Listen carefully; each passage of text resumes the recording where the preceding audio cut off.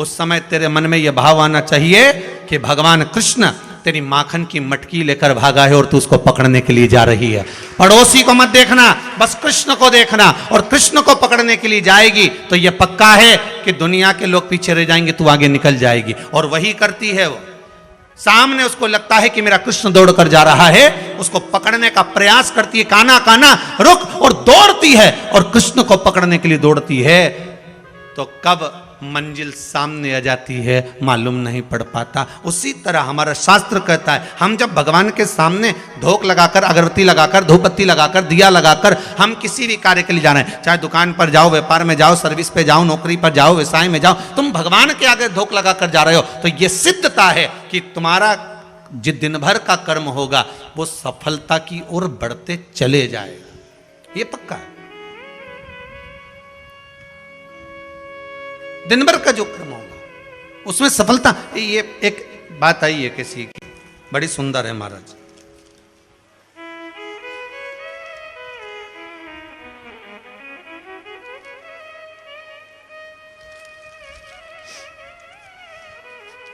लिफाफे का कागज है, हो आधा लिफाफा उनके पास में ही है। नमः शिवाय। गुरुजी चित्तौड़गढ़ से आई हूं मैं। कहाँ बैठी हैं? हाथ उठाओ जरा। हाँ जरा माइक दे ना।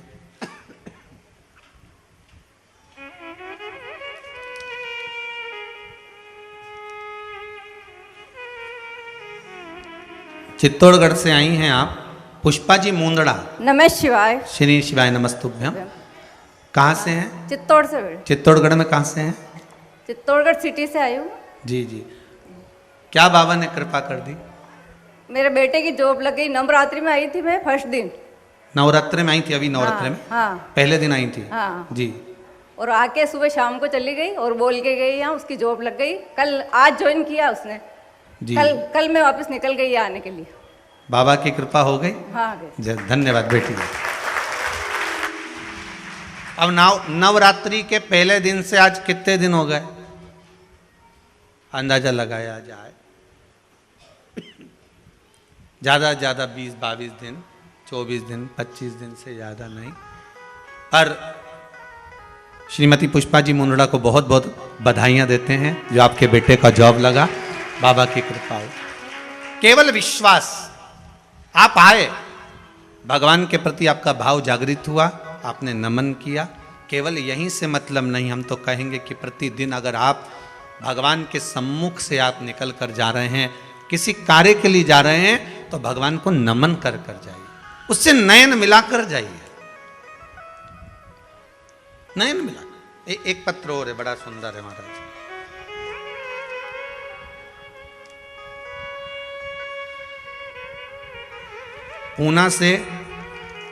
पूना से आरती जी ओझा। कहाँ है? खड़े हो जाए, माइक दीजिए जरा इनको।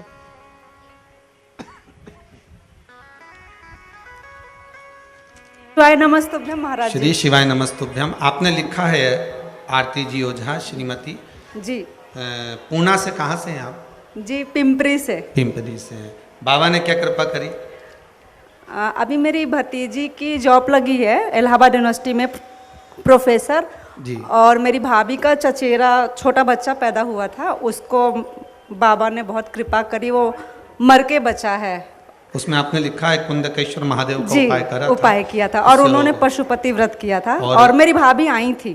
भतीजी के लिए पशुपति व्रत का प्रयोग करा गया था, जिसके अंतर्गत जी उसने टॉप किया महाराज, टॉप किया है। अच्छा, पीएचडी में। वाह वाह, बहुत बढ़िया, बहुत बहुत साधुवाद, बहुत बहुत विराजी। हर हर महादेव। बाबा शिव की कृपा है, शंभु दयालु है। ऐसे आप लोगों की जॉब, सर्विस, नौकरी बाबा लगा कर रखे। हमारी भी नौकरी बहुत अच्छी है।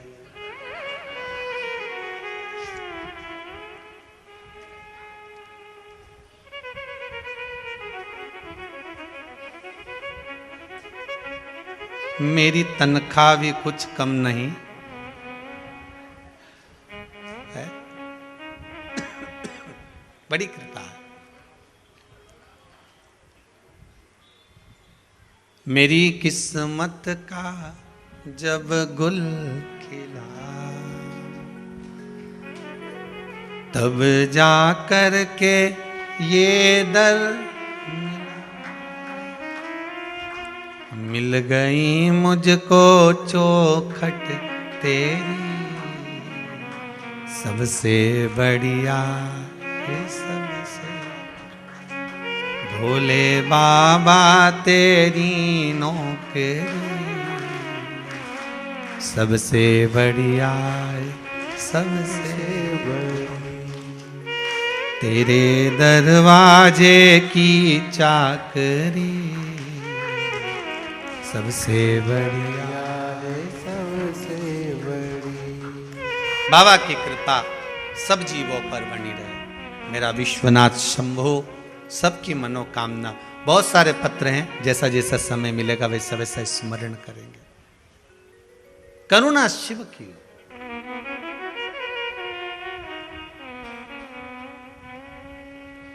कैसे भी जपो, घर से निकलते समय, अपने भवन से निकलते समय एक बार भगवान का दर्शन कर कर निकलो। घर में जो मंदिर हो, देवालय हो, पूजन का स्थान हो, उसको प्रणाम कर कर निकलो। ज्यादा कोई नियम नहीं ले सकते तो एक नियम तो ले लो कि मैं सुबह निकलूंगा तो सबसे पहले भगवान का दर्शन करके प्रणाम कर कर अगरबत्ती लगाकर, दिया लगाकर, धूपबत्ती लगाकर तब निकलूंगा।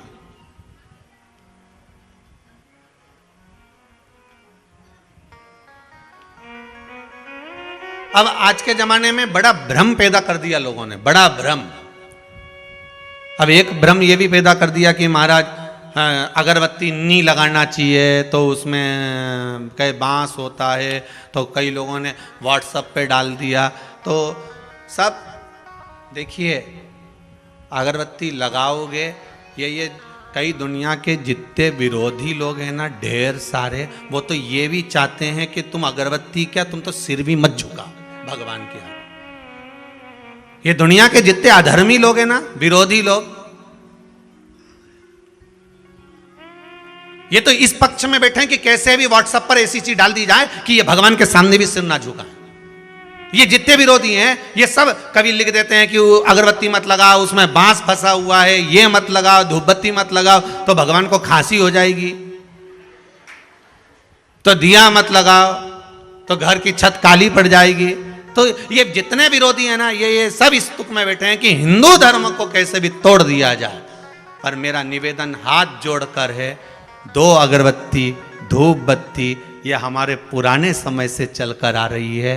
पहले तो कंडा जलाकर धूप भी छोड़ते थे, वो नहीं छोड़ रहे, तो कम से कम धूप बत्ती, अगरबत्ती भगवान को कम से कम भाव से केवल उसको रिझाने के लिए तो लगा, दिया लगा दो, ज्यादा नहीं हो तो।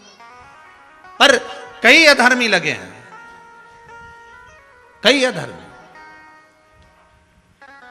ये तो चाहते हैं कि आप कैसे भी बस घर में प्रणाम भी ना करें, ये तो चाहते हैं कि कैसे भी भगवान को नमन तक ना करें। पर हमें हमारे धर्म को आगे बढ़ाते हुए, हमें प्रणाम करते हुए, नमनता करते हुए, हमें भगवान का भजन करते हुए अग्रण्य होना। ये चाहेंगे कि ना करें, परंतु हमें करना।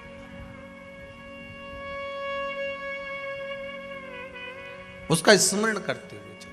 आप 2 मिनट भगवान के सम्मुख में पहुंचो, प्रणाम करो, नमन करो, अगरबत्ती लगाओ, धूपबत्ती लगाओ, दिया लगाओ, ये आपकी मर्जी है। और कुछ नहीं कर सकते तो कम से कम उससे नयन मिलाकर तो जा सकते हो।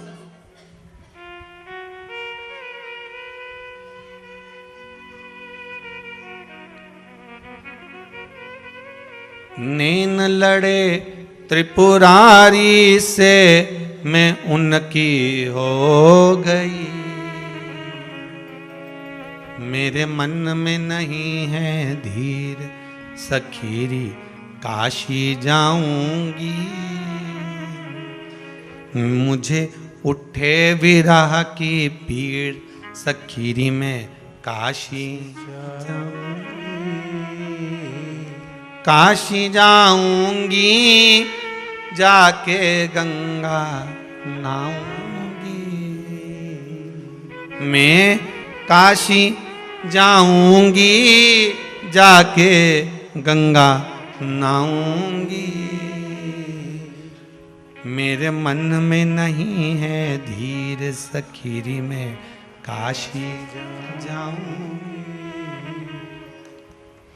छोड़ दिया मैंने खाना पीना तेरी याद में। कई ऐसी हैं, कई भाई बहन ऐसे हैं कि कुबेरेश्वर धाम आने से पहले खाना पीना छोड़ दे। अभी एक आपको बताएं, महाराज विसावणिया जी, सारस्वत जी और सारे सबको बता दें, उज्जैन के एक शर्मा परिवार जिनकी कथा शायद जनवरी में है, इनकी कथा पहले थी जून में, पहले भी सूचना दी थी। उनकी धर्म पत्नी ने 1 साल से भोजन छोड़ के रखा है केवल शिव महापुराण की कथा करवाने के। अच्छा कथा देवी दी थी, पर भगवान भोलेनाथ जी जाने क्या परीक्षा लेना, कथा दे दी, बीच में आ गया कोरोना। अब तो भी वो व्रत कर रही थी। और इस वर्ष कथा की तारीख दी है, तो अब उनकी पत्नी अन्न छोड़ी थी, अब की बार उनके पति ने भी अन्न छोड़ दिया कि जनवरी तक जब तक कथा नहीं हो जाए मैं अन्न नहीं खाऊंगा। हो सकता फिर आगे बढ़ गई तो जरा सोचिए, छोड़ दिया मैंने खाना पीना तेरी याद में।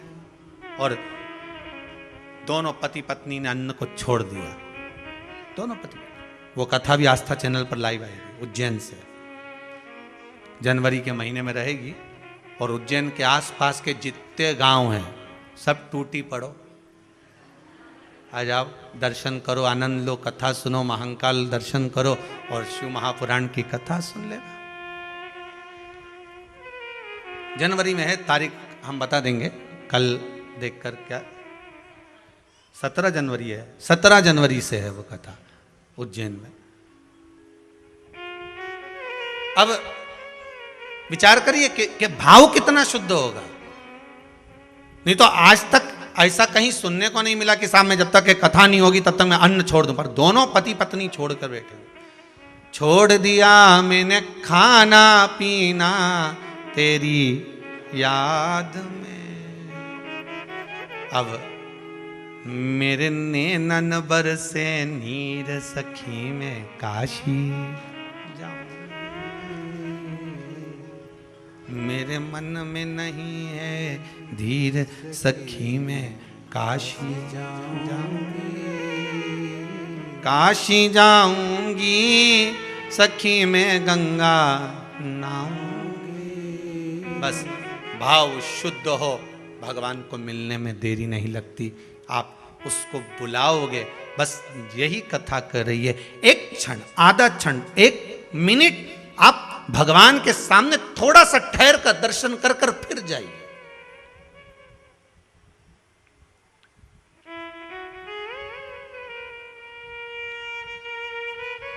एक क्षण ठहर कर फिर जाइए।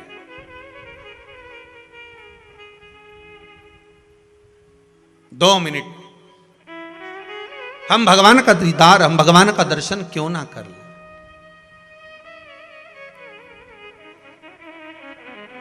महाराज षडानंद कार्तिकेय जी की धर्म पत्नी देवसेना, देखिए शिव महापुराण में कार्तिकेय जी के विवाह का कोई प्रसंग नहीं है। इसमें तो लिखा है कि कार्तिकेय बाबा ब्रह्मचार्य व्रत का पारण करें, पर ब्रह्मवेत्ता पुराण के अंतर्गत लिखा है कि कार्तिकेय महाराज की 2 धर्म पत्नियां थी, देवसेना और वल्ली देवी। ब्रह्मवेत्ता पुराण में लिखा है कि कार्तिकेय बाबा की 2 धर्म पत्नियां थी, एक था देवसेना, दूसरी वल्ली देवी। पर शिव महापुराण में नहीं लिखा। तो कोई कहे कि गुरुदेव आप बोल रहे हैं कि कार्तिकेय जी की धर्म पत्नी थी, तो शिव महापुराण में नहीं लिखा, फिर कहेंगे ब्रह्मवेत्ता पुराण में लिखा। तो कार्तिकेय जी की जो धर्म पत्नी थी देवसेना, एक बार उसने भी कार्तिकेय बाबा से षडानंद जी से प्रश्न कर लिया था।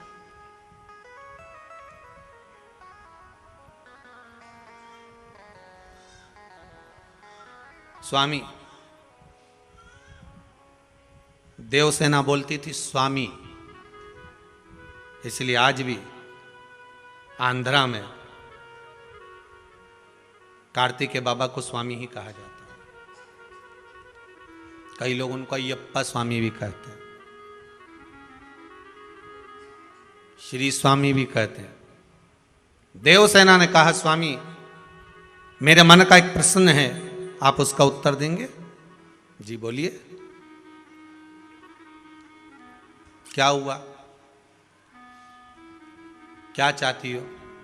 देवसेना ने कहा, प्रभु जी सारी दुनिया के लोगों के एक मुख होता है, दो मुख होते हैं, किसी का 10 मुख भी होता है, पर आपके 6 मुख क्यों हैं?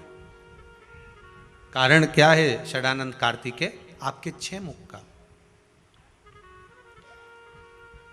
भगवान कार्तिकेय महाराज ने अपनी धर्म पत्नी देवसेना से कहा, देवसेना सुनो, मेरे 6 मुख ये मुझे गंगा जी की देन है। जब मेरा जन्म हुआ था तब मैं 6 भागों में प्रकट हुआ था, पर मेरी माताओं ने, कृतिकाओं ने, संतों की धर्मपत्नियों ने मुझे एक कर दिया, मुख 6 रखे, शरीर एक कर दिया। तो प्रभु जब माता कृतिकाओं ने आपके शरीर को एक कर दिया था तो मुख को एक करने में क्या दिक्कत थी?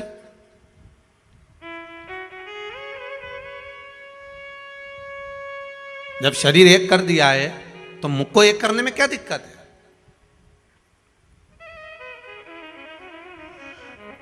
क्या कारण है? भगवान शंकर ने, भगवान कार्तिकेय जी कहते हैं, षडानंद कार्तिकेय कह रहे हैं देवसेना को, देवसेना बस बात इतनी सी है कि माता ने 6 मुख मेरे इसलिए रखे कि 5 मुख से मैं इन पंचम जो इंद्रियां हैं, इसको, जो इंद्रियां वशीभूत हो जाती हैं, काम, लोभ, आसक्ति, वासनाओं में जो डूब जाती हैं, इन पंचम इंद्रियों को साध कर शिव की उपासना में एक मुख से गुणगान करता। 5 कर्मेंद्री, 5 ज्ञानेंद्री और 1 मन। बस ये मन जो छठा है इसको साधना है। 11 इंद्री में 5-5 को अगर एक साधने के लिए रखा है मैंने। सुई का धागा और जीवान जितनी लंबी होती है ना उतनी उलझ जाती है। क्या क्या जम के बोलो जरा, माताओं को तो ज्यादा मालूम होगा। सुई का धागा जितना लंबा लिया और 2-3 बार इमें तकिया की खोल में या गादी की खोल में निकाला और निकालते से फिर वो धागा आगे जाके, अरे बोलो तो जम के उलझ गए। सुई का धागा और जीवान जितनी लंबी होती है ना, ये उलझती जरूर है। तुम जितना ज्यादा बोलने की तुम्हारी आदत होगी, जरा जरा सी बात में बोलने की आदत होगी, 2 लोग बात कर रहे हैं, तीसरी तुम घुस गए, बोलना चालू कर दिया। 2 ट्रेन में बैठ के जा रहे और उसमें तुम बैठकर बात करने लगे। तो ये जो तुम्हारी आदत है ना, तो समझ लेना कि ये सुई का धागा और जीवान जितनी लंबी होगी ना उतनी तकलीफ देगी। इसलिए संतों को देखना एकदम मौन रहते हैं, चुप। उनको मालूम है दादा उलझ गए। तो ये आधे से ज्यादा जो नेताओं ने ना, ये तुम टीवी पे रोज देखना, रोज न्यूज़ वाले बताते रहते हैं कि उनने ये बयान दिया तो उनने वो बयान दिया। इनको बस यही कथा सुना दो एक बार कि सुई का धागा और जीवान ये ज़्यादा लंबी नहीं होना चाहिए, ये लंबी हुई कि उलझी। तुम जितना ज़्यादा बयान दोगे, ज़्यादा बोलोगे, ज़्यादा शब्दों का बाण कहते रहोगे तो ये उलझ जाएगा। इसलिए आप बोला ही मत ना, आप तो मौन रहो, जितना जितना मौन रह सकते उतना रोइए। पार्वती मैया कितना बोलती थी, भोलेनाथ जी कुछ बोलते थे? अरे बोलो तो सम, कुछ भी नहीं। और जब वो बोलते थे तब सारे डोलते थे। आता है ना, एक माता जी एक बार वो फोटो लेके आई लड़की का, हम गुरुजी इतनी बढ़िया लड़की, इतनी बढ़िया, हम सब देख के आए हैं और सबको पसंद आ गई है। हम 12 लोग गए, 10 लोग गए, बिल्कुल गुरुजी एक आवाज नहीं निकली, उसका एक शब्द नहीं निकला, जितना पूछा उतनी बोली। इतनी सीधी सादी छोरी है। आप देख के बताओ कैसी रहेगी? हमने कहा अच्छी है, पर बिल्कुल नहीं बोलती गुरुजी। हमने कहा भी नहीं बोलेगी, जब वो बोलेगी ना तो तू भी डोलेगी। अभी काय बोलेगी? अब इसकी कोई आफत आई है बोलेगी वो?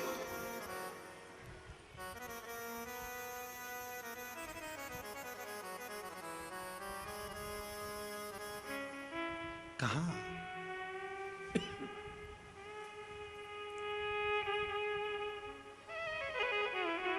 जितनी बहुओं ने और जितने भेरुओं ने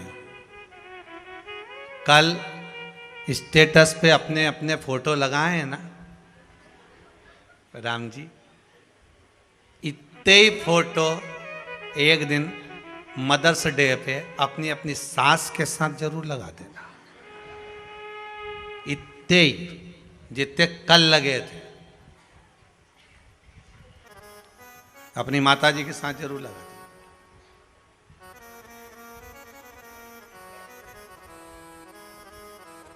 उतना ही जितना लगा,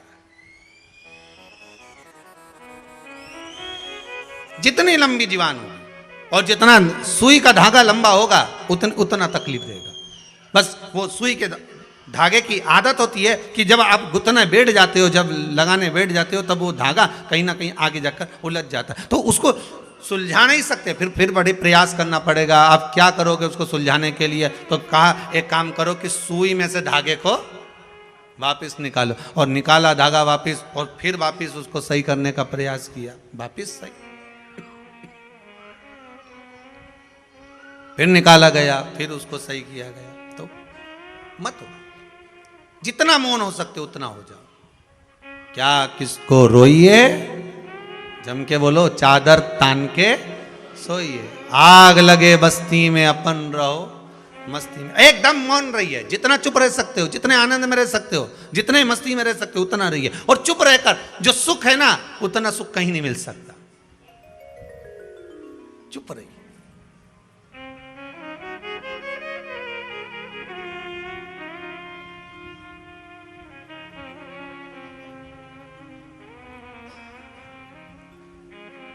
अगर आपका किसी से विवाद हुआ है ना, एक शब्द मत बोलना, एक शब्द भी उसको बोलने देना।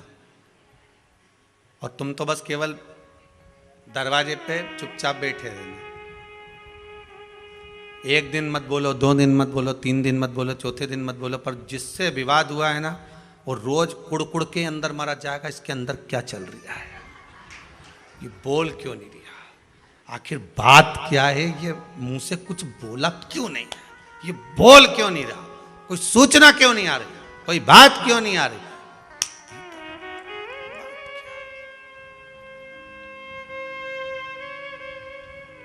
बोले ही मती।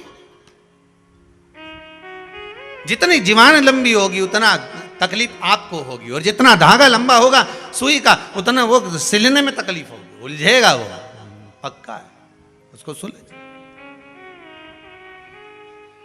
ए देवसेना, मेरा एक जो मुख है, ये मैंने जो रखा है 6 मुख, ये केवल मेरी माताओं ने शरीर तो एक कर दिया, पर मुख 6 अलग ही रहन दिए, एक नहीं करा। उसका कारण केवल इतना है कि मैं इन मुख से भगवान का गुणगान करता रहूं, भगवान की भक्ति का एक स्मरण भाव सम्मुख में प्रकट करता रहूं। किसी ने लंकाधिपति रावण से पूछ लिया तो तुमने 10 सिर क्यों लिए, तो क्या मर्जी मेरी, तो कारण क्या था? और लंकाधिपति रावण ने कहा मेरे 10 सिर का केवल एक कारण है कि जब मैं शंकर का गुणगान करूं, जब मैं शिव का स्मरण करूं, तो मेरे 10 मुख से भगवान शंकर का गुणगान होना चाहिए, मेरे 10 मुख से भगवान शिव का स्मरण होना चाहिए। मैं भगवान की भक्ति में इस 10 मुख से डूबा रहूं।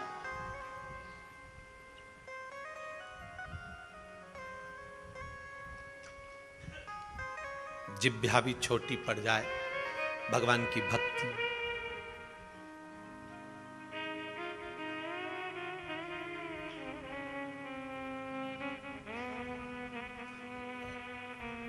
सारी पृथ्वी को कागज करूं और लेखनी, पूरे वृक्षों की कर लूं, तो भी परमात्मा का स्मरण करना कठिन है महाराज।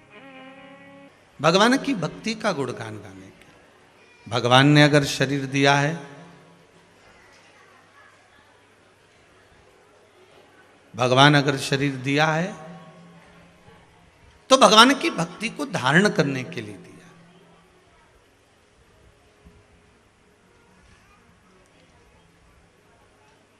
तारकासुर हृदय में शिव है,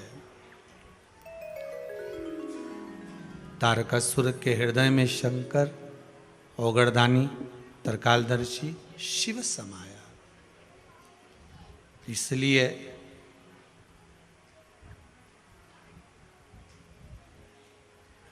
कार्तिक के महीने में ये जो कार्तिक का महीना का नाम पड़ा है, ये तारकासुर का संहार किया था श्री कार्तिकेय महाराज ने।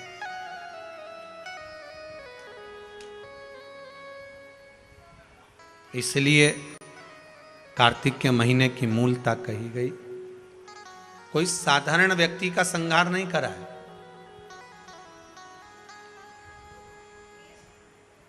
ये जो एक भजन करने वाला हो और एक पाप कर्म करने वाला हो, या तो पाप कर्म करने वाला हो कि पूरा ही पापी हो तो उसका संहार हो जाए, या बिल्कुल भजन करने वाला हो तो उसका उद्धार हो जाए। अब ये बीच में जो टंगा हुआ है ना कि हे असुर भी और भगवान की भक्ति भी कर रहा है, इसको संभालना, इसका संहार करना बड़ी कठिन बात है साहब।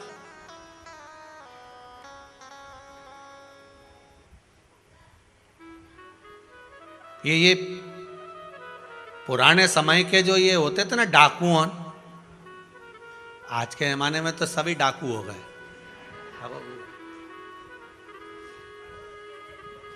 पर पुराने डाकू और आज के डाकू में अंतर है। बोलो सही है कि गलत है? पुराने समय के डाकू डाका डालते थे, पैसा ले जाते थे, धन छिड़ा कर ले जाते थे,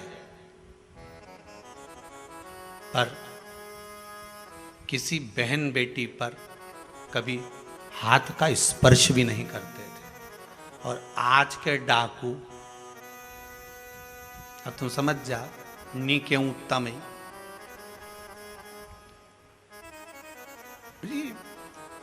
और कितना, बस एक काम था इनका कि इनको धन लेकर आना है, इनको पैसा उठा कर लाना है, धन लाना है। और जाने से पहले कहाँ जाते थे? डाका डालने से पहले जम के बोलो, जिस देवी को मानते थे, जिस देवता को मानते थे, पहले उनके यहाँ जाके नमन करके अगरबत्ती लगाए, धूपबत्ती लगाए, निवेदन करके फिर जाते थे कि आज हम डाका डालने जा रहे हैं। भवानी और ये भवानी दोनों को लेकर जाके हम आएंगे, तेरी आराधना करेंगे।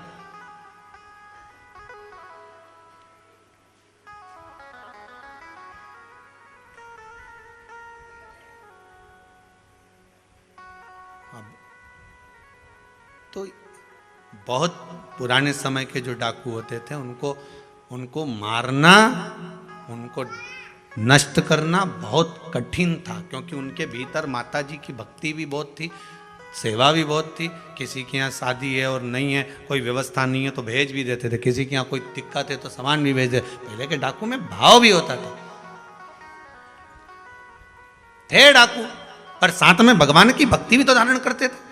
तो इनको मारना बड़ा कठिन हो जाता था। या तो एक पापी हो जिसको मार दिया जाए, संहार कर दिया जाए, या एक धर्मात्मा हो जिसका उद्धार कर दिया जाए। पर ये दो बीच में है ना, इनकी बड़ी आफत है महाराज। अब ये तारकासुर राक्षस भी है और भगवान शंकर का भक्त भी है, रावण राक्षस भी है और शिव का भक्त भी है। दिक्कत मारी पड़ी है कि ये भगवान के भगत वही है, भक्ति में भी। अब जो जानता है वही समझ पाएगा। जैसे एक पत्नी पड़ोसन के यहाँ गई और पड़ोसन के यहाँ जाके बोली, मैं मेरे पति से बड़ी परेशान हो गई हूं। उसने पूछा क्या? मेरा पति इतना झूठ बोलता है कि मैं उससे परेशान हो गई हूं।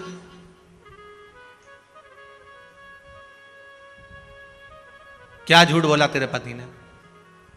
सुबह से चिल्ला रहे हैं, मेरी जेब में से किसी ने 5,000 रुपए निकाल लिए। सुबह से चिल्ला रहे हैं कि मेरी जेब में से किसी ने 5,000 रुपए निकाल लिए, और मैं 4 बार बाथरूम में जाके गिन के आ चुकी हूं, 4,000 ही हैं। अब बताओ मेरा पति कितना बड़ा झूठा है, कितना बड़ा झूठा मेरा पति है। सुबह से चिल्ला रहा है 5,000 निकाल लिए, जेब में से किसी ने 5,000 निकाल लिए, सुबह से झूठ बोल रहे हैं 5,000 निकाल लिए, और मैं 4 बार बाथरूम में जा चुकी हूं और गिन के आ चुकी, तो मुझे 4,000 ही मिले। अब बताओ कितना झूठा है। अब ये नहीं कह रही खुद चोटी, अब बाबू के झूठ बोल रहा है, वो दिख रहा है। उसने 4,000 बोले। बस यही हमारा क्रम महाराज।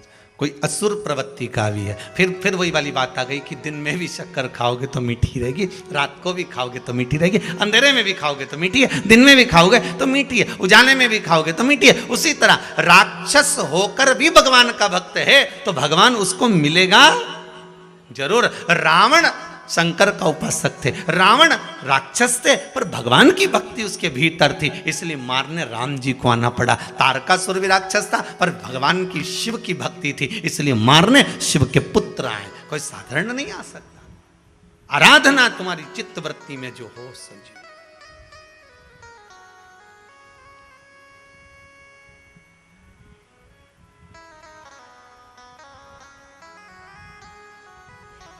तेरा ही दिया मैंने खाया पिया है, तेरा शुक्रिया है, तेरा शुक्रिया। विचार करिएगा।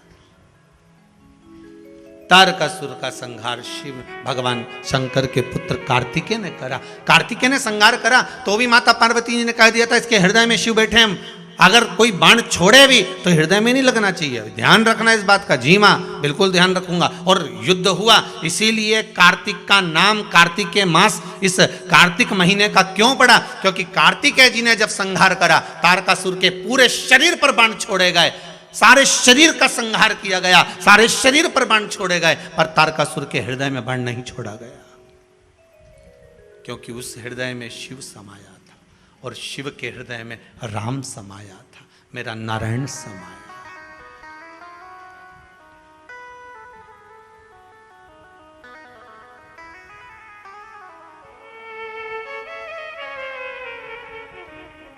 भगवान नारायण, भगवान विष्णु इतने प्रसन्न हुए थे तारकासुर के संहार पर। शिव इतने प्रसन्न हुए भगवान विष्णु कि सीधे भगवान शंकर के पास पहुंच गए। भगवान नारायण ने जैसे ही भगवान शंकर के पास पहुंचे तो शिव जी तो बैठे हुए थे बढ़िया आराम से कैलाश पर्वत पर। भगवान विष्णु ने जाते से ही कहा हर हर महादेव। कैसे आना हुआ, क्या हो गया, कैसे आयो? शंकर जी ने पूछ लिया। भगवान विष्णु बोले प्रभु बात इतनी सी है कि आपके पुत्र ने तारकासुर का संहार कर दिया, तो रजिस्ट्री कराना है। रजिस्ट्री? हाँ, क्या रजिस्ट्री? आपने अभी आपको पहले भी कथा में कहा, इससे पहली कथा में भी कहा, घड़ी शिव ने बनाई, पल शंकर जी ने बनाया। घड़ी, पल, समय, नक्षत्र, वार, तिथि, महीना, वर्ष सब शिव का बनाया हुआ। सारा की सारा सृष्टि का जितना ये घड़ी, पल, समय, सब महीने, 2 महीने, साल, ये सब शिव के बनाए हुए हैं। जब सब शंकर जी ने बनाए तो प्रभु रजिस्ट्री कराना। रजिस्ट्री किस चीज की? कि 12 महीने जो आपने बनाए हैं उसमें से 1 महीना आपके बेटे के नाम करना। होगी रजिस्ट्री? 12 महीने में से 1 महीना किसके नाम पर है? जम के बोल दो, कार्तिक जी। बाकी के सारे महीने उठाकर देख लो, पूस, माघ, चैत्र, अश्विन, जितने भी महीने देखोगे किसी देवता के नाम पर नहीं, केवल 1 महीना, और एक वो 3 साल में एक बार आए। कौन सा?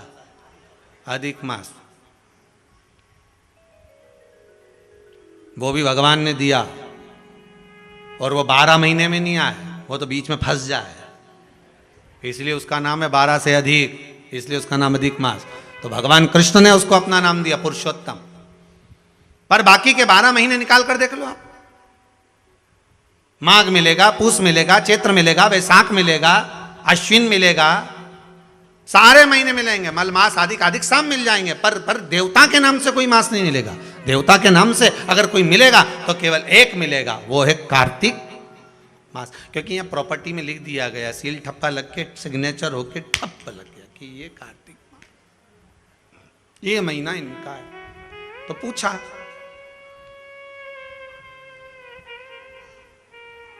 कि ये दुनिया के लोग कार्तिक के महीने में तारा स्नान क्यों करते हैं?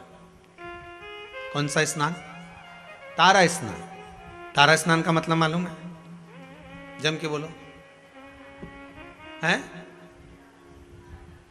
तारा स्नान का मतलब क्या है? अंधेरे में स्नान, मतलब सूर्य का प्रकाश आए उससे पहले ब्रह्म मुहूर्त में सुबह सुबह स्नान कर लेना। तो तारा स्नान का मतलब कार्तिक महीने में क्यों वर्णन किया गया, तो उसकी भी एक कथा है महाराज, बड़ी सुंदर चरित्र है। एक बूढ़ी माँ थी, रोज प्रतिदिन तारा स्नान करती थी, उसका नियम था।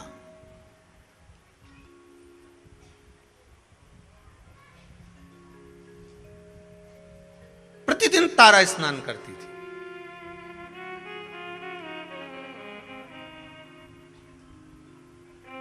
अच्छा, तारा स्नान का भी बड़ा महत्व है महाराज जी। समय के अनुसार हो जाए तो ठीक है, थोड़ा और रात्रि के पहुंच गई तो कथा है श्रीमद् भागवत में श्री नंदराय जी की। नंदराय जी स्नान करने चले गए यमुना जी के जल में। जाना था ब्रह्म मुहूर्त में, रात्रि के चौथे पहर में पहुंच गए। ध्यान नहीं रहा। इनने तो अपने जैसे कई बार हो जाती गलती कि नहाना ही तो है, थोड़ा और जल्दी चल चलो, और जल्दी चल चलो, और जल्दी चल चलो। तो इनने क्या करा, बोरिया बिस्तर बांधा और गई ने नर्मदा जी में आधी रात के ही नहा ली। अब आधी रात के नर्मदा जी में नहाई और विचार, तो हमारे यहाँ हर चीज का एक समय बताया गया। हमारा शाही स्नान होता है तो भले वो शाही स्नान का महत्व है कि इतनी बजे से होगा, ब्रह्म मुहूर्त में होगा, ये रथ आएगा, ये ऐसा होगा, वो होगा। तो उसमें रात भर का स्नान का नहीं कहा गया कि तुम पूरी रात नहाते रहो। हाँ, ये हमारा महत्व है कि हम जाएं नहाएं, वो अपनी बात। बैसाख का स्नान कहा गया तो भी उसका महत्व बताया गया। ग्रहण का स्नान कहा गया तो रात्रि का स्नान बताएगा कि चलते ग्रहण में कुरुक्षेत्र में स्नान करो महाराज, वो एक अलग। परंतु यहां जो वर्णन किया गया, नंद बाबा एक बार स्नान करने के लिए गए और ब्रह्म मुहूर्त के पहले रात्रि में ही उन्होंने स्नान कर लिया। रात्रि का चौथा पहर चल रहा था और जैसे ही स्नान करने के लिए तीसरा पहर चल रहा था और स्नान करने के लिए जैसे ही यमुना जी में कूदे तो वरुण ने बंदी बना लिया, ले गए कि तुमने बिना पूछे जल में आधी रात को स्नान क्यों करा, बंदी बनाकर ले गए। भगवान कृष्ण उनको घर जाकर ढूंढे, मिले ही ना। ये श्रीमद् भागवत का चरित्र है, 10वें स्कंद में इसका वर्णन है। नंद बाबा मिल नहीं रहे। यशोदा जी ने कहा, लाला तेरे पिताजी को ढूंढ कर ला। अब कन्हैया ढूंढने के लिए गए तो नंदराय बाबा को कहीं मिलते ही नहीं। ढूंढते ढूंढते यमुना जी से पूछा, क्यों मेरे पिताजी स्नान करने आए थे? हाँ, कहाँ गए? तो क्या आपके पिताजी से गलती हो गई? यमुना जी बोली, क्या गलती हो गई? स्नान करना था ब्रह्म मुहूर्त में, कर लिए रात्रि के तीसरे पहर में। हो, मेरे पिता से गलती हो गई। तो वरुण बंदी बनाकर ले गए। वहां पहुंच गए वरुण जी के पास में। स्वामी, अभी तक वरुण भगवान कृष्ण के हाथ जोड़ते थे, आज भगवान कृष्ण ने वरुण जी के हाथ जोड़े, क्योंकि गलती हुई है मेरे पिता से। जीवन में अगर गलती स्वीकार करने की अगर आपकी आदत है तो जीवन में महान बनने से कोई नहीं रोक सकता आपको। आप गलती स्वीकार करना प्रारंभ कर दीजिए, महान बनने में कोई नहीं रोकेगा। पर आज के जमाने में कोई गलती स्वीकार तो करे।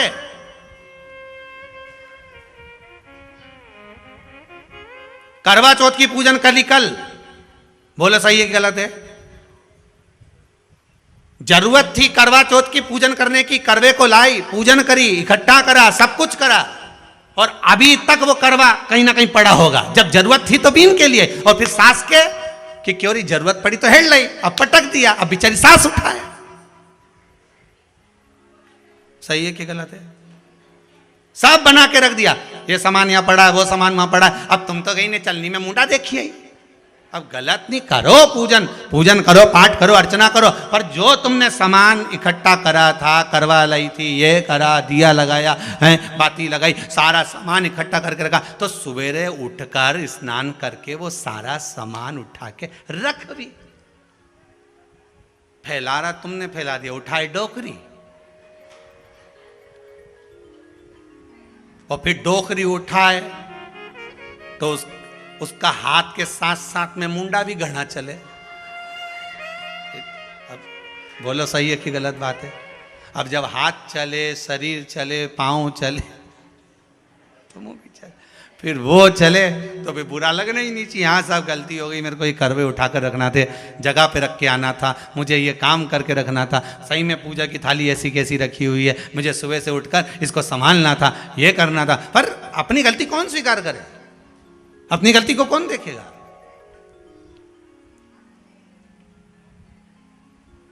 गलती मान लेना,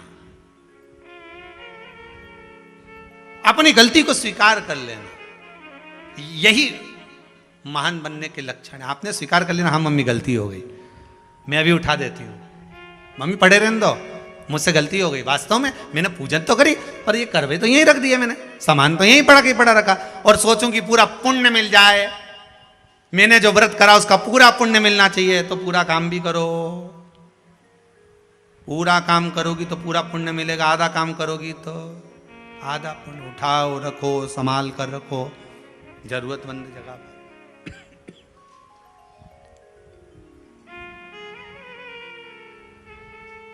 कमरा की झाड़ू लगा लो, उसके बाद झाड़ू को ऐसी जगह उठा के पटका, अब दूसरी बार कचरा इकट्ठा हो गया, अब ढूंढती फिर रही।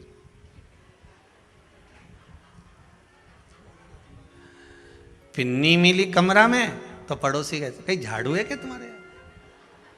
हमारे कमरा की तो मिल ही नहीं रही है। ये कुबेरेश्वर धाम के ये जो कमरे बनाए ना, ये इधर से इधर, जिसमें भगत लोग आए सो ठहर जाए कर जाए, इनमें भी एक एक झाड़ू धरी थी। अब अभी जितने ठहरे नहीं, इनसे पूछ लो इनका कमरा में झाड़ू मिली? सब गायब। अब कचरा इकट्ठा हो जाए तो क्या करे? कहीं से झाड़ू लाऊं, और मालूम पड़े जो हाल की थी वो भी ले गई, वो मिले सो। बस आदत हमारी यही है, हम गलती को स्वीकार नहीं करते। जिस दिन हमने अपनी गलतियों को स्वीकार करना प्रारंभ कर दिया तो महान बनने में देरी नहीं लगे। हम गलती स्वीकार नहीं करते, गलती को हम दूसरे पे थोप देते हैं। क्यों? झाड़ू रखी थी, हमें क्या मालूम, हम तो अभी आए, मतलब गलती दूसरे पे थोप दो। फिर उसे पूछा क्यों री लीला, झाड़ू कहाँ है? फेल लो, हम तो खुद पड़ोसन की लेके आए थे। तो ये उसी में कहा लेना, टीचर ने आते से पूछ लिया क्यों रे, हे पप्पू खड़े हो? Yes sir. धनुष किसने तोड़ा? पप्पू खड़े हो के बोले मेरे बाप की सौगंध खाऊं, मैं तो लेट आया था, मुझे नहीं मालूम, मैं तो खुद आज क्लास में ही लेट आया। धनीराम तू खड़े हो जा। जी सर। धनुष किसने तोड़ा? मैं तो कल आया ही नहीं था। सब ने बहाने बनाए, कोई कहे ऐसा, कोई कहे ऐसा। बस हम गलती स्वीकार नहीं कर रहे। अपनी गलती को जिस दिन हमने स्वीकार करना प्रारंभ कर दिया, मान लो उस दिन सुख हमारे सामने आ गया। सुख सामने आ गया, करा नहीं। बूढ़ी मां जाए, स्नान करे, आए,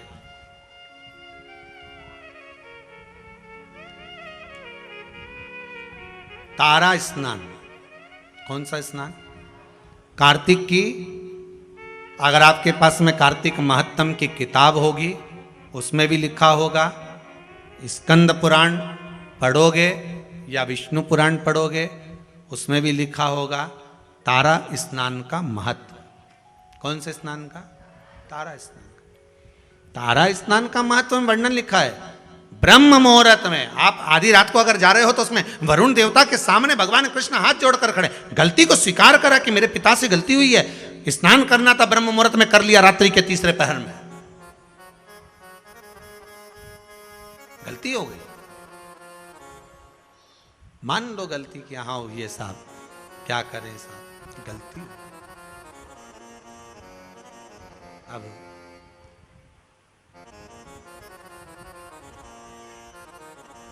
वरुण जी गलती तो हो गई, पर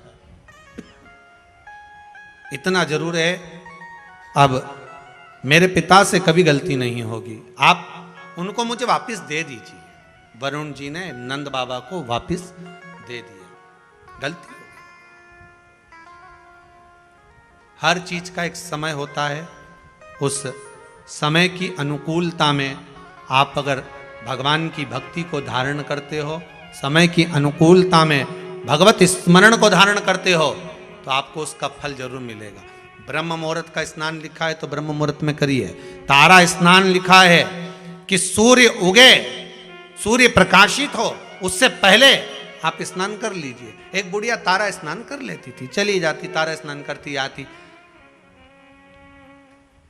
मन में एक भाव जागृत हो गया, भगवान बहुत बुजुर्ग है, वो बहुत बूढ़ी है, जाती आती घर पहुंचती, भगवान भी ऐसी कृपा करते कि ये बूढ़ी मां तारा स्नान कर कर आती और भगवान इसके लिए खिचड़ी का कटोरा भरकर रख देते। एक खिचड़ी का कटोरा भरा, भगवान इसके दरवाजे पर रख देते। अब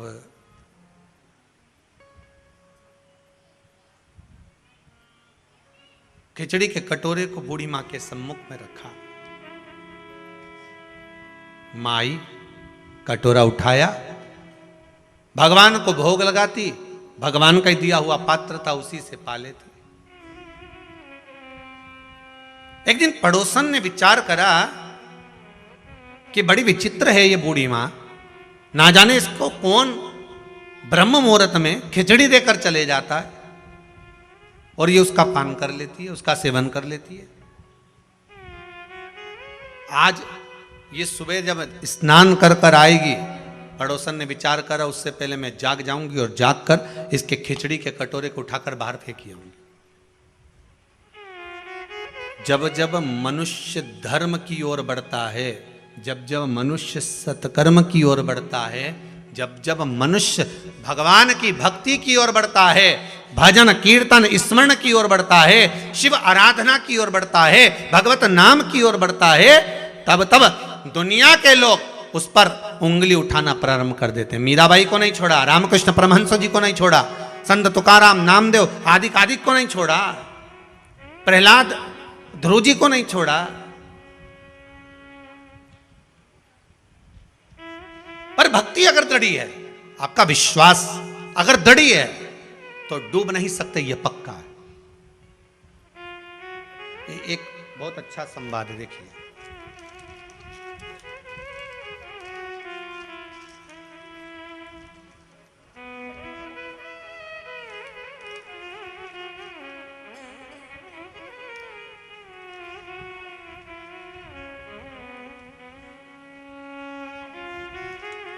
देखिए विश्वास की दृढ़ता देखिए इस प्रश्न में कितना है।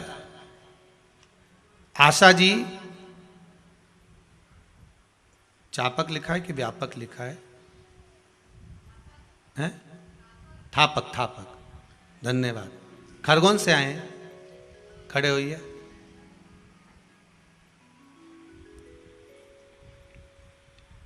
माइक पहुंचाओ जरा।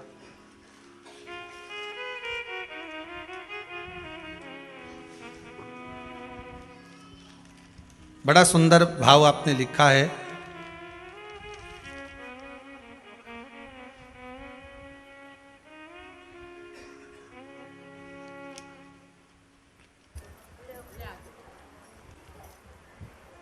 आपने लिखा है, आशा जी, आप कहाँ से आई हैं? खरगोन जिला भीकनगांव। भीकनगांव से आई।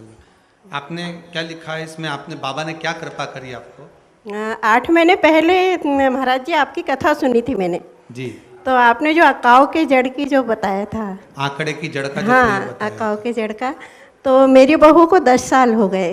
10 साल से बच्चे नहीं थे उसको? एक बच्ची है, इसके बाद हुआ नहीं हुए। डॉक्टरों ने जवाब दे दिया था कि अब नहीं होंगे जी।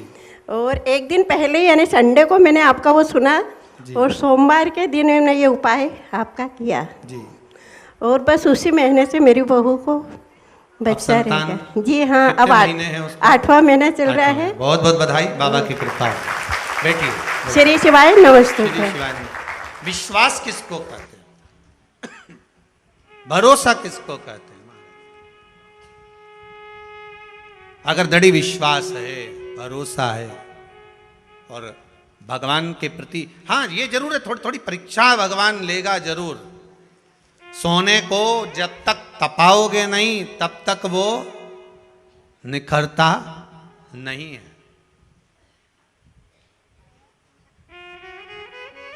धोबी भी कपड़े को जब धोता है तो उसमें साबुन लगाकर उसको रगड़ता है, फिर उसको कूटता है, पीटता है,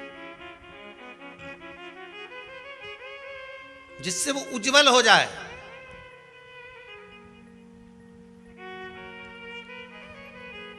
उसकी उज्जवलता उसको घसीटने पर, पीटने पर प्राप्त होती।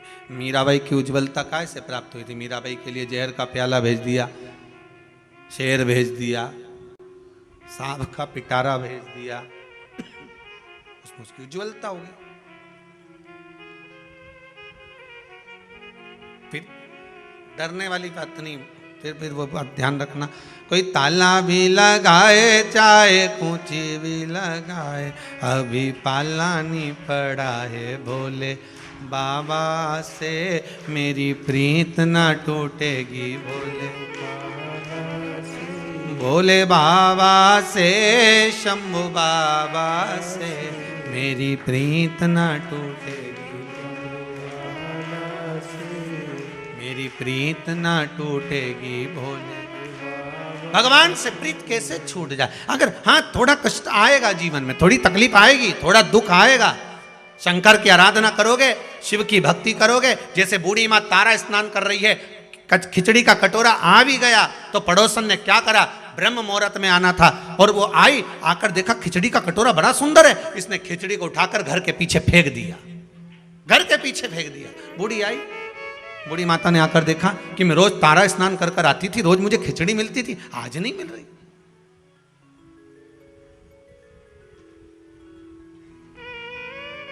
प्रतिदिन की दिनचर्या में थोड़ा बहुत अगर परिवर्तन हो जाता है तो आपको भी लगता है कि परिवर्तन हुआ क्यों।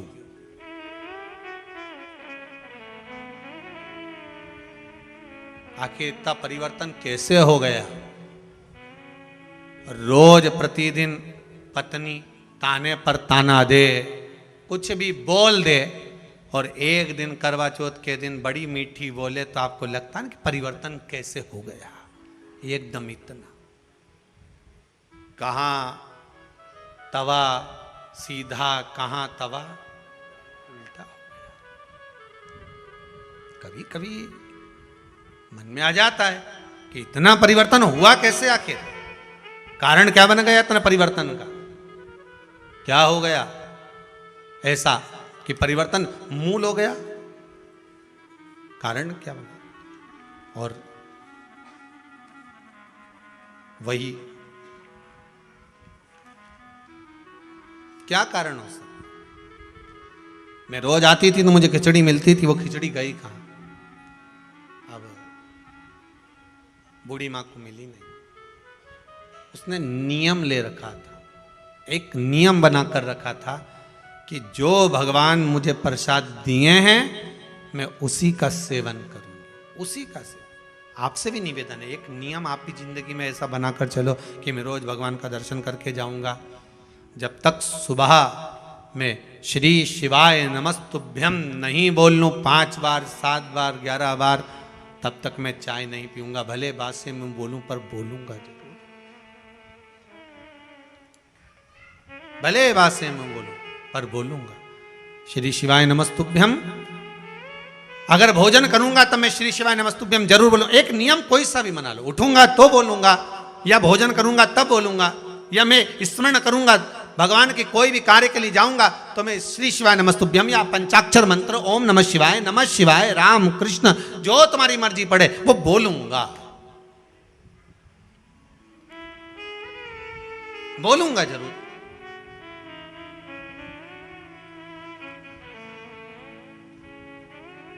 अच्छा, कई लोगों को ये भी रहता है कि हम ये मंत्र क्यों बोलें, हम ये मंत्र क्यों बोलें, हम इसको क्यों जपें?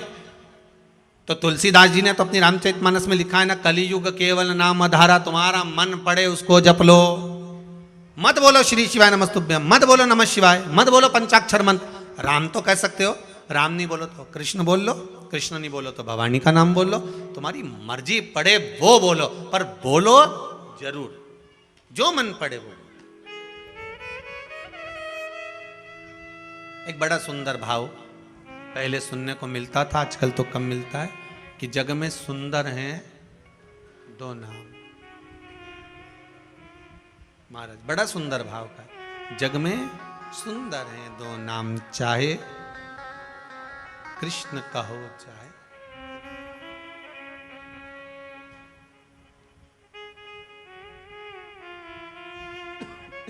बड़ा भाव सुनो, बोलो राम राम राम बोलो श्याम।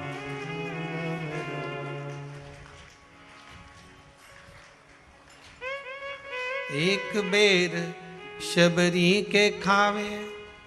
महाराज एक शबरी के दरवाजे पर जाकर बेर खा लेता है, और एक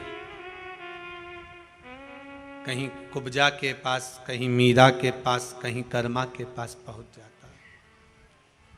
भाव की शुद्धता हो, आपकी मर्जी पड़े जिसे भज लो, पर भज लो।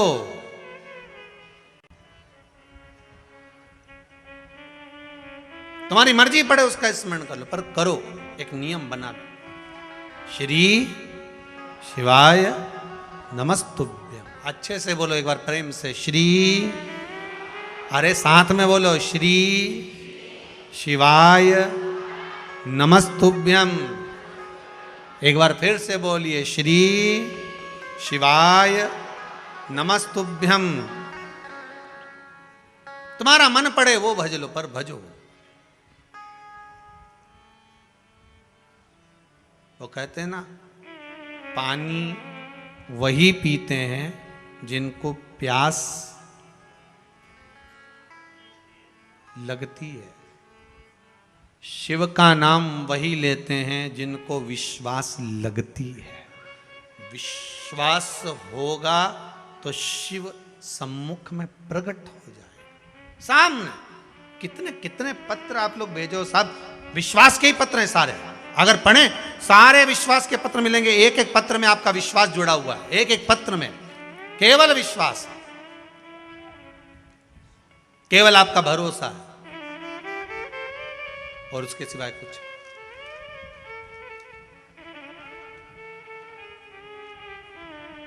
उसके सिवाय कुछ, केवल विश्वास जुड़ा हुआ है। महाराज मैं आती थी, मुझे खिचड़ी मिलती थी, पर अब खिचड़ी नहीं मिल रही है। अब वो खिचड़ी ना जाने कहाँ चली गई, किसने फेंक दी उसको, कहाँ गई वो। खिचड़ी का पात्र ढूंढ रही है, पर मिल नहीं रहा। ढूंढा गया, मिला नहीं। जब मिला नहीं, आज भूखी रह गई। उसने नियम बनाया था, जो भगवान मुझे भोग देगा वही मैं पाऊंगा। कार्तिक महीने का एक नियम बना लो आप भी, कोई सा भी एक नियम। शाम के समय पर दिया लगाऊंगी मैं, बेलपत्री के पेड़ के नीचे, पीपल के वृक्ष के नीचे, या आंवले के वृक्ष के नीचे। वहां लगाने नहीं जा सकती तो अपने दरवाजे के बाहर लगाऊंगी, तुलसी के क्यारे में लगाऊंगी। ये भी नहीं कर सकती, परिंदे पर दिया लगाऊंगी, जहां पानी का मटका हो, हंडा हो, वहां लगा दूंगा। ये भी नहीं कर सकती तो पूरे कार्तिक के महीने में दरवाजे पर मैं पानी छीटूंगी। इतना तो बना सकते हो कि अपने घर के दरवाजे पर मैं पानी छीट दूंगी, द्वार पर जल का छींटा कर दूंगी।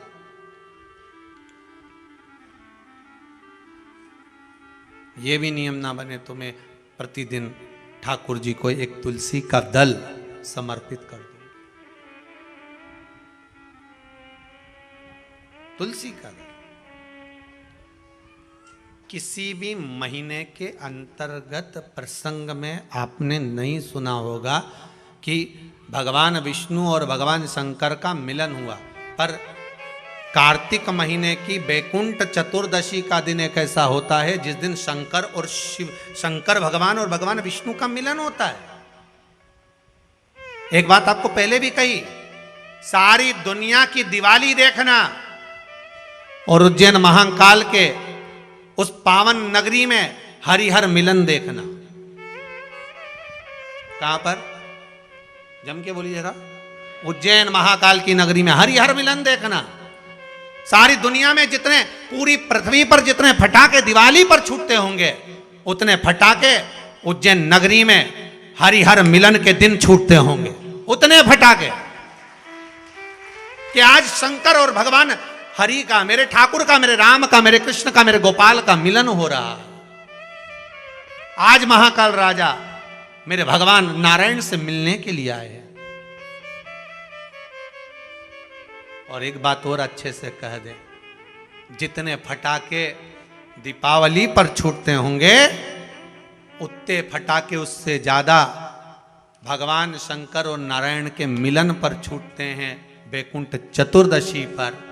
और जितने फटाके बैकुंठ चतुर्दशी पर उज्जैन महाकाल की नगरी में गोपाल जी और महाकाल के मिलन पर छूटते होंगे, उससे ज्यादा फटाका जिस दिन भक्त और भगवान मिलता होगा उतने छूटते होंगे। उससे ज्यादा फटाके तब छूटते हैं जब एक भक्त का मिलन भगवान से होता है। एक निर्मल मन का जीव जब परमात्मा से मिलन करने के लिए जाता है।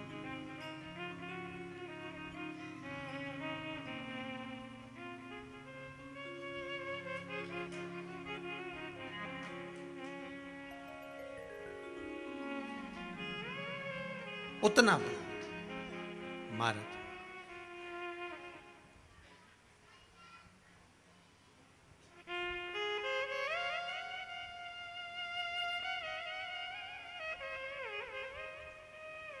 अगर भोले मेरा घर काशी बना देते तो क्या होता, मुझे भी अपनी काशी में बसा लेते तो क्या।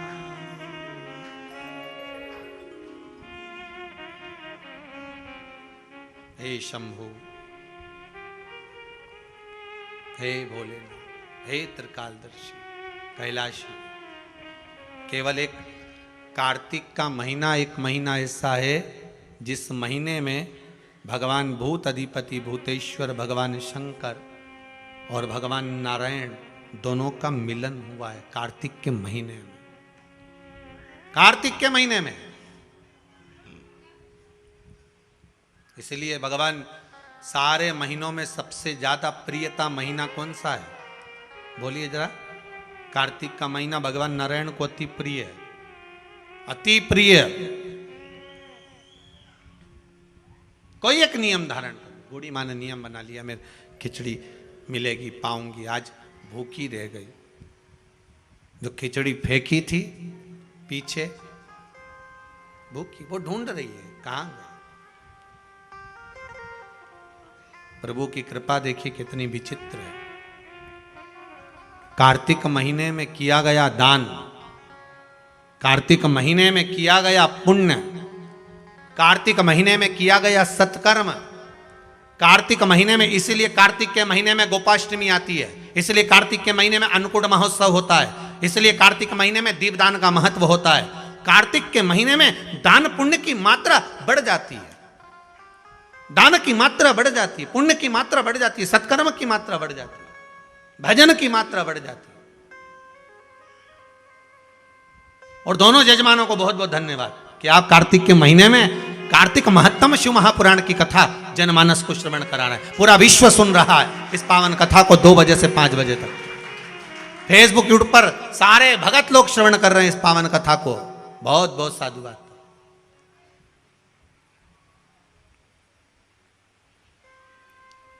और हम तो आप सबसे निवेदन करेंगे, आप अगर कुबेरेश्वर धाम में आए हो तो प्रयास करा करो कि कार्तिक महीने में जो आंवले के वृक्ष हैं कुबेरेश्वर धाम के, इनके नीचे एक दीपदान हो जाए।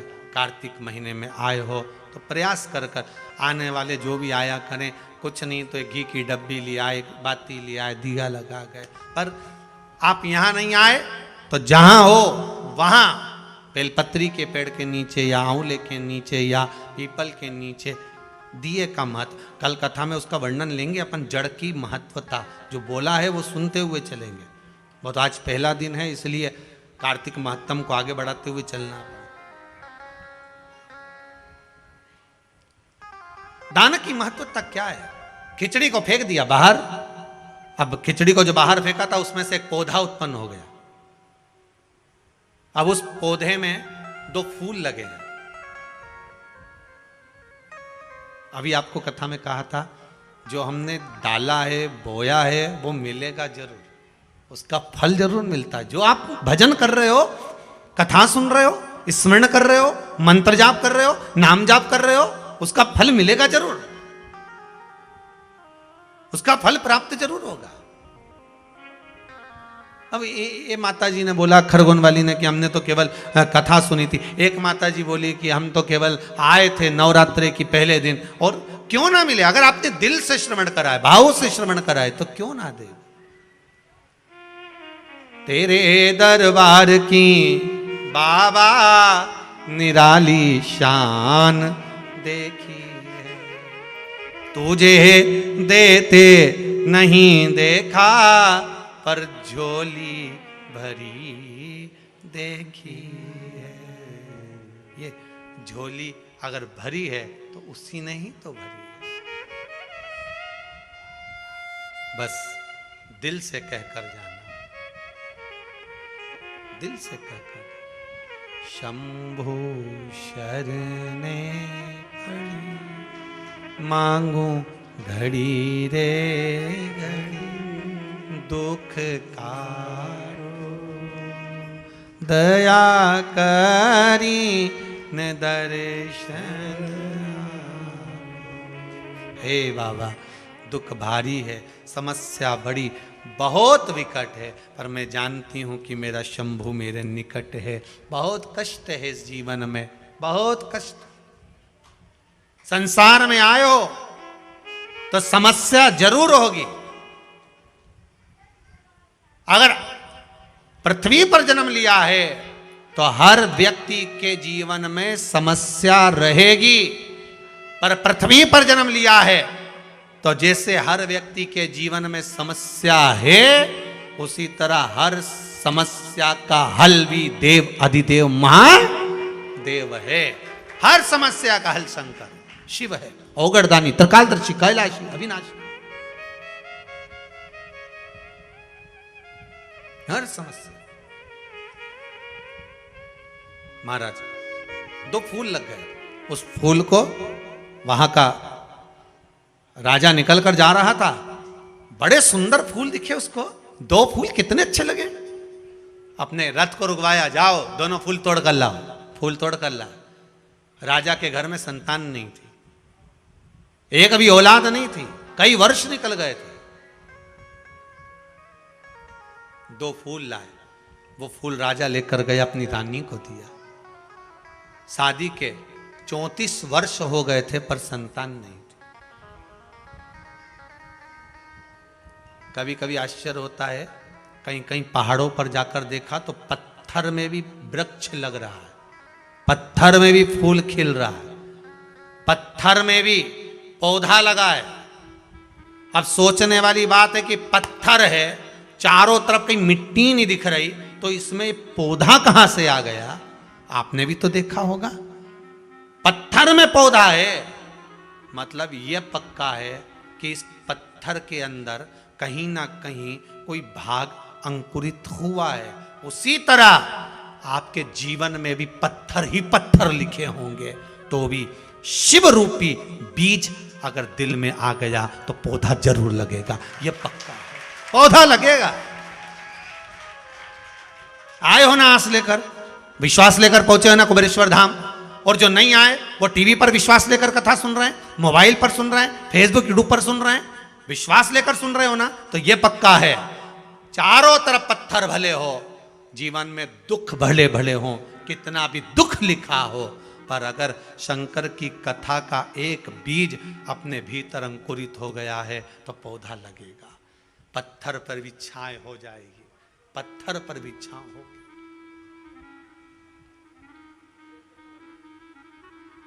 विश्वास रखिएगा।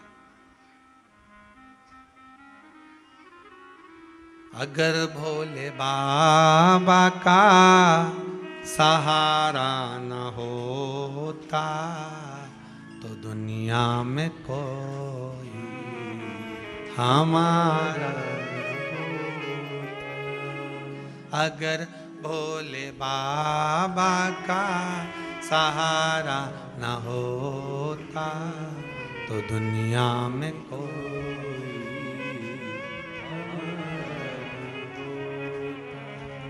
दुनिया में कोई हमारा न होता अगर भोले बाबा का सहारा न होता दुनिया में कोई हमारा न होता अगर भोले बाबा सब गाइए सहारा जब से मिली है दया हमको इनकी जब से मिली है दया हमको इनकी तब से बदल गई मेरी जो जीवन बेकार था वो सवर गया। एक पत्र है, किसी ने लिखा है कि मैं कभी किसी महाराज की अच्छे अच्छे कथाकार भले हो, संत क्यों ना हो, साधु क्यों ना हो, उसकी कथा नहीं सुनती थी। किसने लिखी है? बड़ा सुंदर बात लिखी है। किसने लिखा है?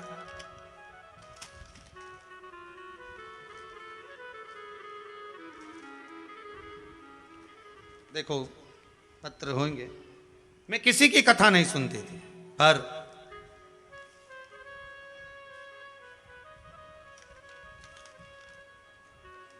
एक छोटा सा पत्र था, वो नहीं दिख रहा है, किसी ने लिखा होगा।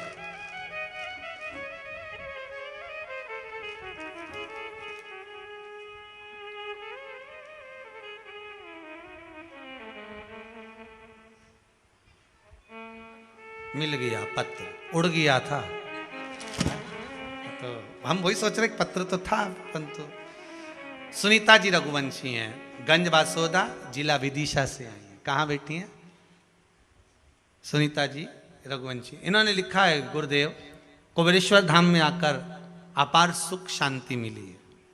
गुरुदेव जी, आपके द्वारा बताए गए उपाय से अपने पति की रक्षा करी है। मेरे पति को रोग हो गया था, जिसके कारणवश मेरे पति रोग से मुक्त हुए। जहाँ भी बैठी हो, कहीं बैठी हैं? उन्होंने लिखा है, मैं कभी कोई भागवत कथा, शिव कथा या अन्य कोई कथा किसी महात्मा संत की नहीं श्रवण करती,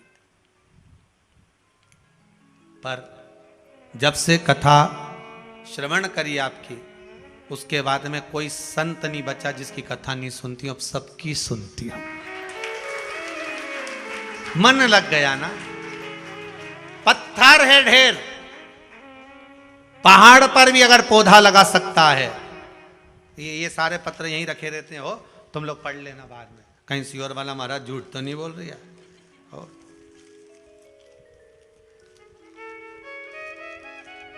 पत्थर है बहुत, पर पौधा पत्थर पर भी लगता है। अगर विश्वास पक्का है तो देवाधिदेव महादेव अपनी भी झोली भरता ही है, वो खाली नहीं छोड़ता। क्यों छोड़ता?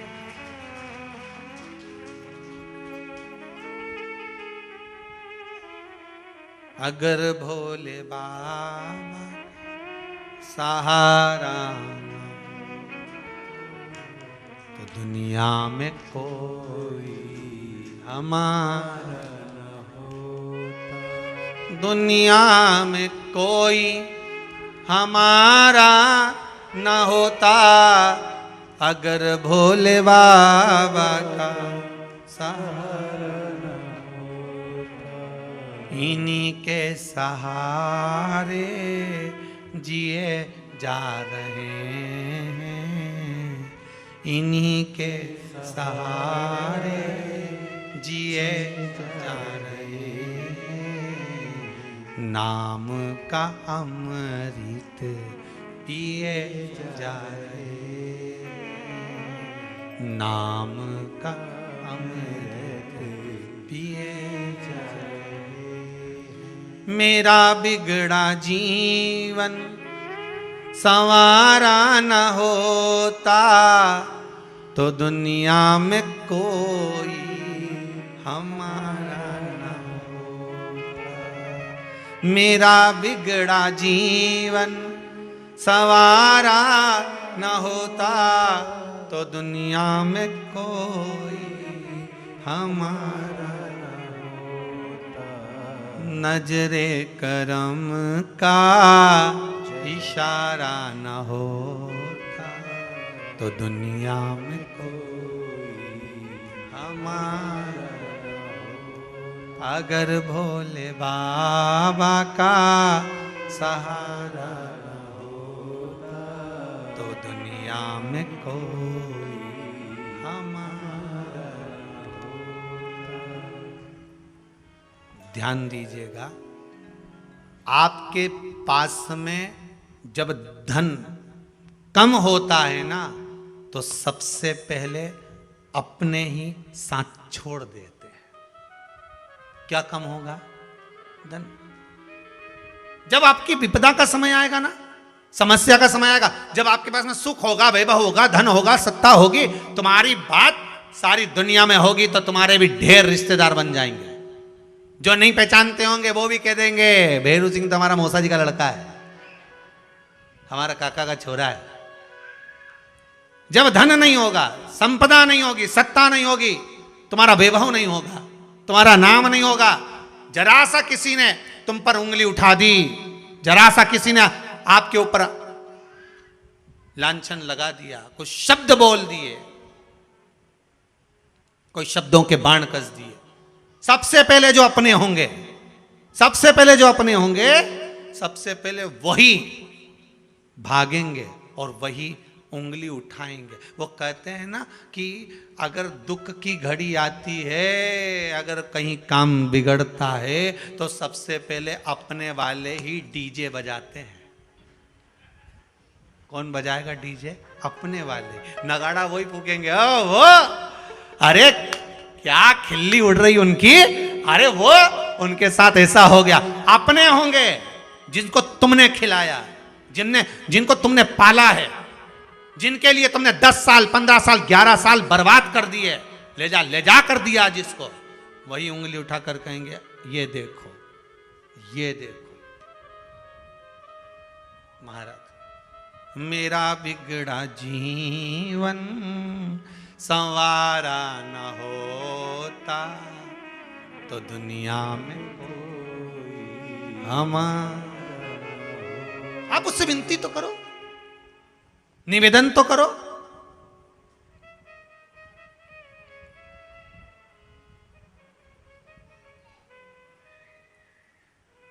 और आप अगर भाव रखकर आए हो, विश्वास रखकर आए हो, तो भगवान क्यों ना कृपा करेगा, क्यों ना कृपा करेगा।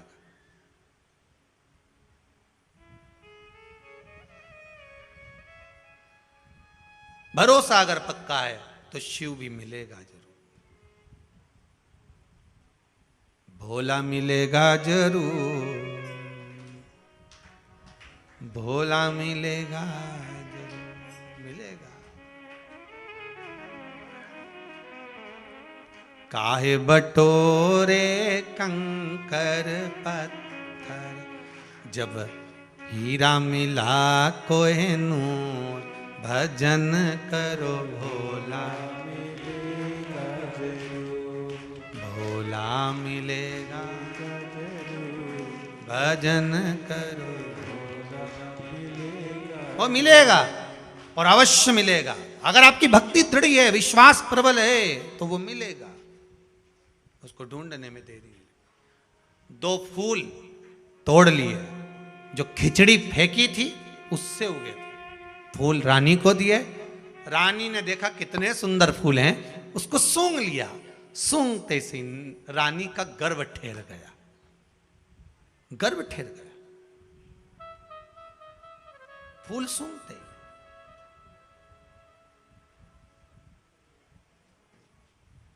गर्व ठेरा। समय आने पर 2 बेटे हो गए। कितने पुत्र हुए? 2 पुत्र। समय आने पर 2 पुत्र हो गए, 2 बेटे हुए।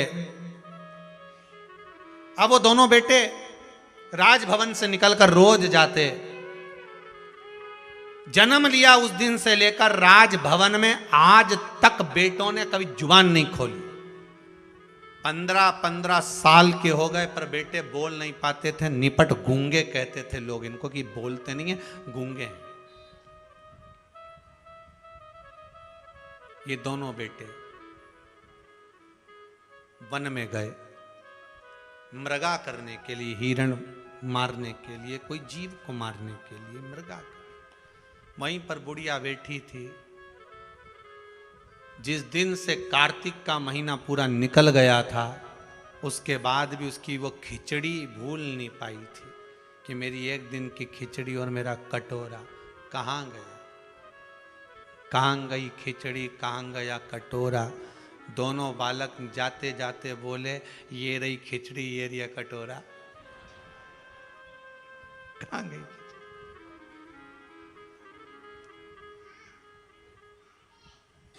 वो कह रहे हैं,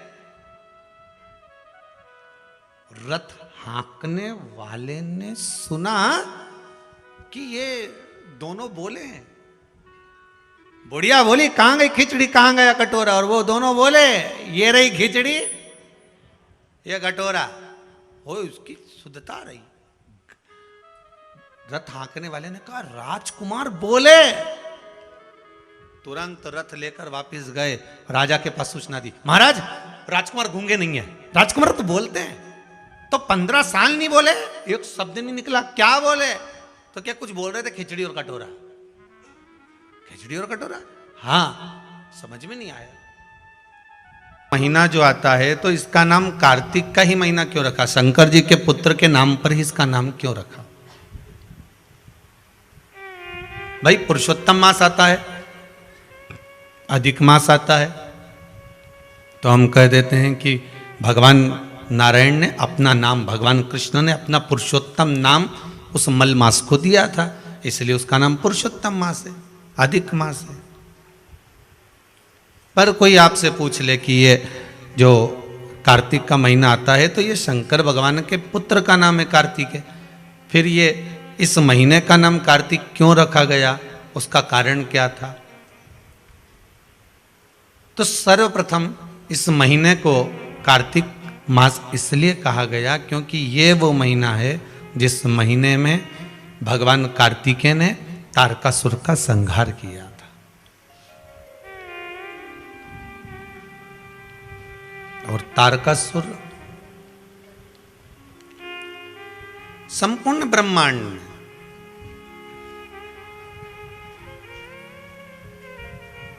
ऐसा कोई जगह, ऐसा कोई स्थान बचा ही नहीं था जहां पर तारकासुर ने अपना हक ना जमा लिया, अपना पांव जिस स्थान पर ना जमाया ऐसा कोई स्थान ही नहीं बचा था। प्रत्येक जगह पर तारकासुर की एक अपनी एक छटा बिखेर कर रखी थी।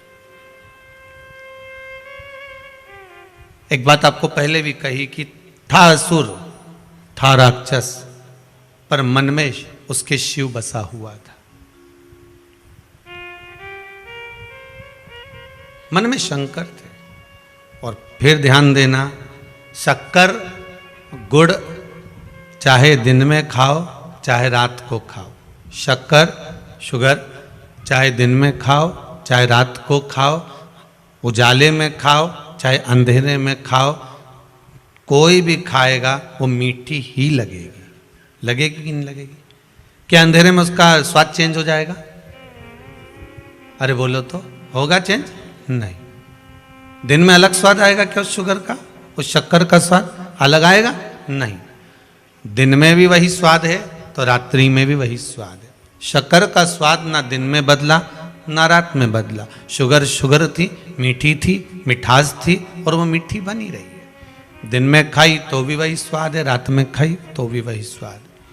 उजाले में खाई तो भी वही स्वाद है और अंधेरे में खाई तो भी वही स्वाद है। उसी तरह आपका मन नहीं है, शरीर में कष्ट है, रोग है, बीमारी है, आपका मन नहीं है तो भी आप टीवी खोलकर आस्था चैनल पर कथा श्रवण कर रहे हैं। आपका मन नहीं है तो भी आप कथा में बैठे हुए हैं। आपका मन नहीं है तो भी आप शिव जी के मंदिर जा रहे हैं। आपका मन नहीं है तो भी आप व्रत कर रहे हैं। आपके शरीर में कष्ट है, इसके बाद भी आप भगवान की भक्ति धारण कर रहे हैं, तो भी आप भगवान के भजन में लगे हुए हैं। तो ये विश्वास मानकर चलना कि भले दिन में खाओ चाहे रात को खाओ, शक्कर शक्कर होती है, मिठास मिठास होती है। उसी तरह तुम बेमन से शिव की कथा सुनो चाहे मन से शिव की कथा सुनो, कथा कथा होती है, उसका फल मिलता जरूर है, वो फलती जरूर है। उस कथा का फल, उस कथा का जो रस तत्व है, उसका जो स्वाद है, वो आपको प्राप्त जरूर होगा।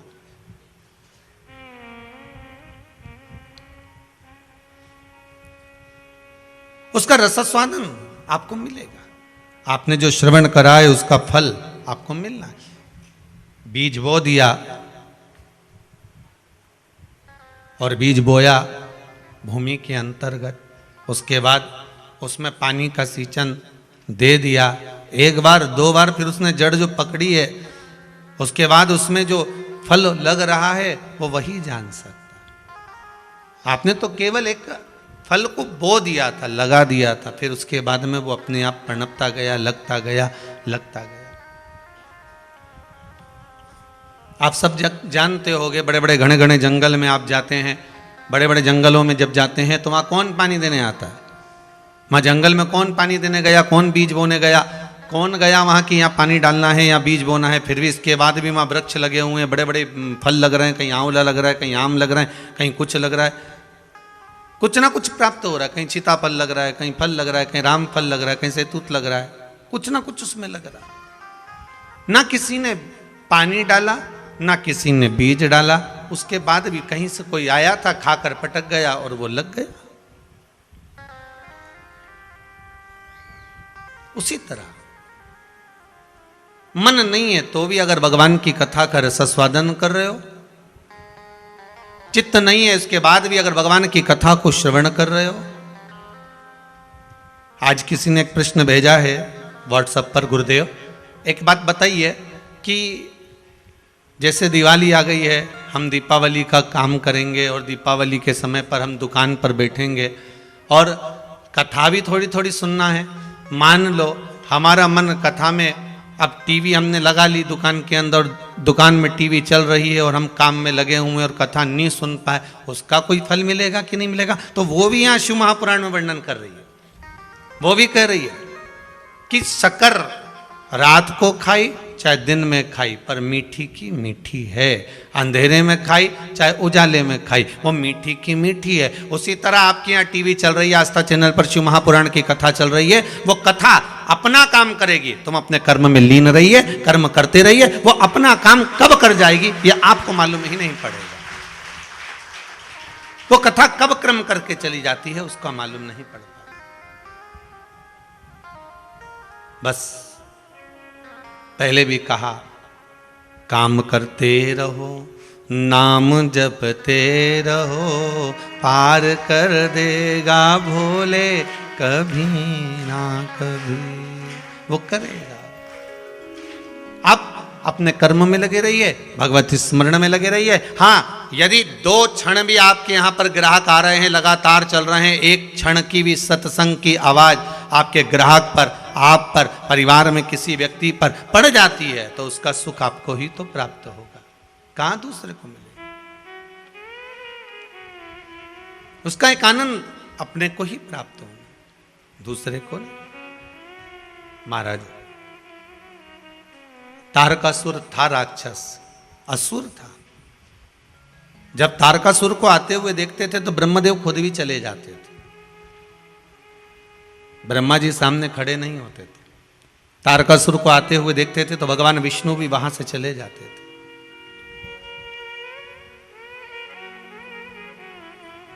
न ब्रह्मा उसके सम्मुख में आ रहे हैं, न भगवान विष्णु उसके सम्मुख में आ रहे हैं। पर अब जरा विचार करिए कि भगवान ब्रह्मदेव और भगवान नारायण को क्या दिक्कत थी? उसको मार सकते थे, उसका संहार कर सकते थे, फिर क्या दिक्कत हो? कहा कि जितना बड़ा वो असुर था, जितना बड़ा वो राक्षस था, उतना बड़ा ही वो शिव का भगत था। जैसे रावण लंकाधिपति लंकेश, रावण लंकेश लंकाधिपति रावण भी ऐसा ही था असुर, राक्षस प्रवृत्ति थी, राक्षस जीव था, पर ब्राह्मण कुल में जन्म लेने के कारणवश वो भगवान शिव का उपासक भी था। वो भगवान शंकर का उपासक भी है और शिव भक्ति में डूबा हुआ है। शंकर का गुणगान वो कर रहा है, दिन रात प्रतिदिन भगवत शिव के स्मरण में डूबा रहता है।